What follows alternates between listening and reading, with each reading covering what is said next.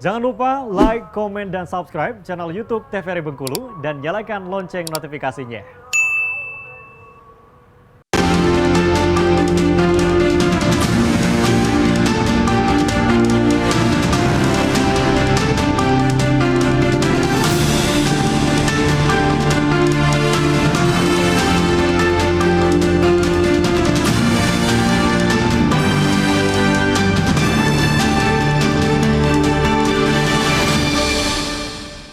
Baik pemirsa, kembali lagi di Berendo, Ruang Seni dan juga Budaya. Tentunya kita masih akan membahas mengenai kerajinan tangan.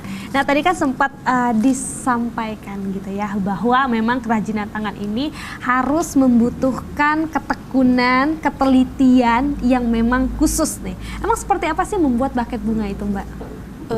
Kalau dilihat sih cuman kertas yang dilipat-lipat aja. Cuman kan kalau kita nggak ada tahu teknik ngelipatnya, terus narik kertasnya itu nggak bakal jadi juga. Jadinya bakal kuncup gitu ya. Jadi emang ada teknik khususnya sih narik untuk memasang kertasnya ini.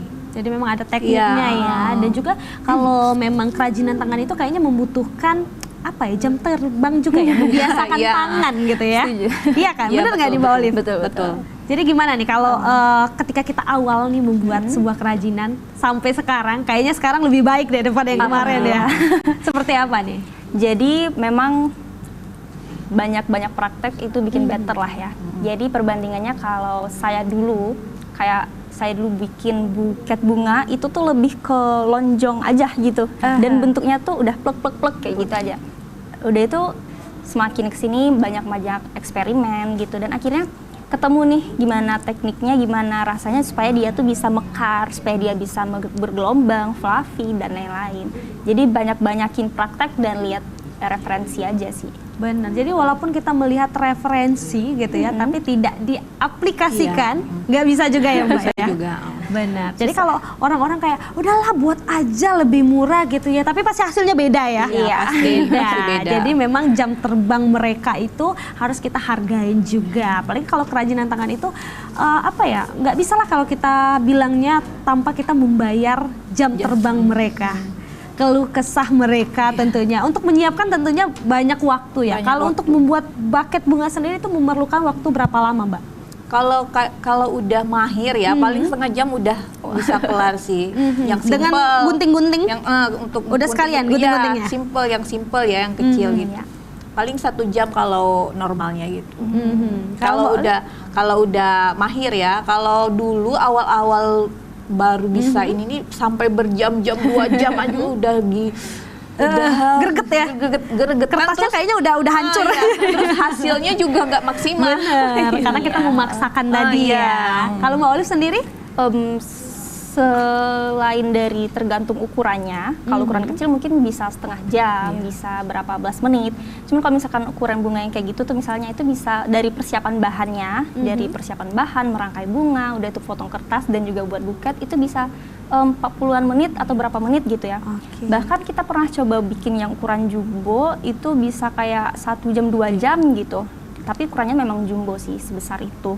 Gitu. Benar, dan kayaknya kita butuh waktu untuk memilih ya. Iya, itu nggak bisa cuma aja gitu. Kalau misalnya Mbak Feni kayaknya bunganya juga ada beberapa nih ya jenisnya. Ada berapa banyak nih kalau jenisnya, Mbak? Kalau buket ya banyak sih. Ini kan yang terbaru, dia bentuk bulan. Ada juga yang kayak gini, ada snack, terus ada yang bentuk bulan juga, cuman ininya permen-permen gitu. Oh, jadi terus banyak ada, snack juga ya Mbak ya? Uang gitu kan, buket uang. Saya seneng deh kalau buket uang kayaknya.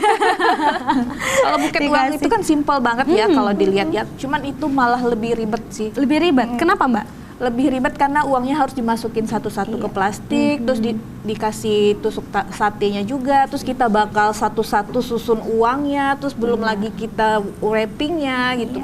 Waktunya lebih banyak, apalagi kalau sampai yang 50 lembar itu. Mau nukar dulu kayaknya ya? Iya. Atau mau ngambil dulu di ATM? Itu aku butuh waktu 3 jaman. 3 jaman. Karena OTW ke ATM aja berapa lama gitu ya, mau ambil dulu kan. Tapi kayaknya kalau Mbak Feni nggak perlu ke ATM lagi deh ya, langsung ambil di brankas. Nah kalau bunga sendiri kan aku sempet main nih ke tempat Mbaknya juga pernah ya. Terus Mbak Olive juga pernah. Kalau Mbak Olive tuh bunganya banyak banget. Sebenarnya satu studio tuh kayak pekarangan bunga gitu ya. Pusing lihat. Pusing nggak sih ketika memilih satu rangkaian bunga tuh pusing nggak sih? Pusing banget Mbak, serius ya. Jadi gimana nih? Jadi kita dilemanya gitu kan? Udah pertama tuh kita tuh udah susun nih awalnya ya, biar supaya ngeliatnya tuh lihat agak lebih leluasa gitu. Jadi kita kadang buatin lemari khusus bunga-bunganya, tergantung jenisnya, ada tergantung warnanya. Ternyata masih pusing juga tuh. Jadi akhirnya yaudah deh kita bawa keranjang, kita tentuin dulu nih mau buat tema yang kayak gimana. Misalkan tema yang kayak gitu tuh warnanya yang elegan, bold gitu ya. Jadi yaudah kita ambil. Ya udah deh jalan-jalan gitu. Jalan-jalan kayak ke taman bunga kan Mbak ya? Habis waktu ya, kayak orang shopping lagi. Iya, jadi lama juga sih waktu pilih-milihnya ya. Aku kayaknya sampai lupa deh, aku punya bunga itu deh kayaknya. Saking banyaknya tadi kan ya.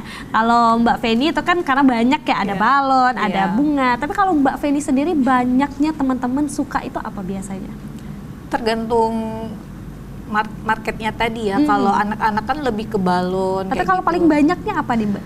Kalau untuk saat ini sih masih ke balon. Ya? Buket balon itu karena yang jadi best balon, sellernya. Benar.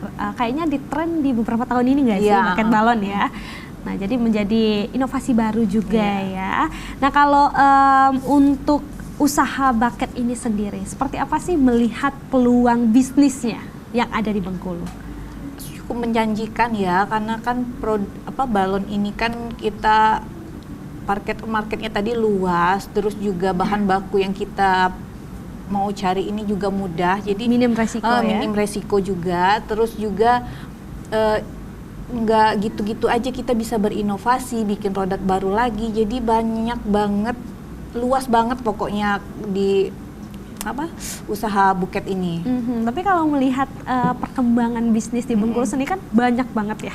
Bahkan kayaknya anak-anak yang masih kuliah pun udah mulai karena bisnis ini bisnis yang cukup mudah untuk mereka dan juga bisa waktunya lebih fleksibel. Gimana nih Mbak menanggapi gitu perkembangan bisnis bersama pesaing-pesaing yang mulai muncul ini?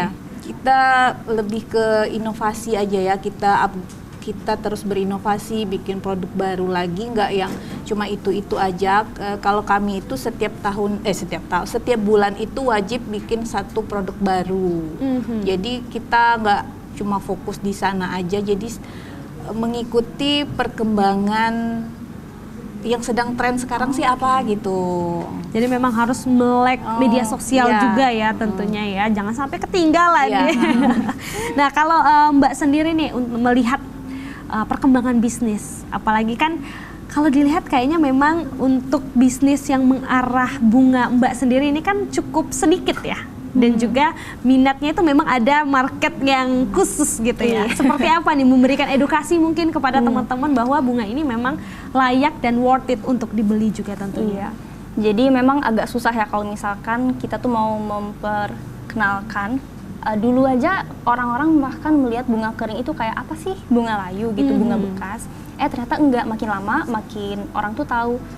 Kita kasih tahu nih beberapa floris juga di Bengkulu khususnya, kalau ini tuh beda gitu.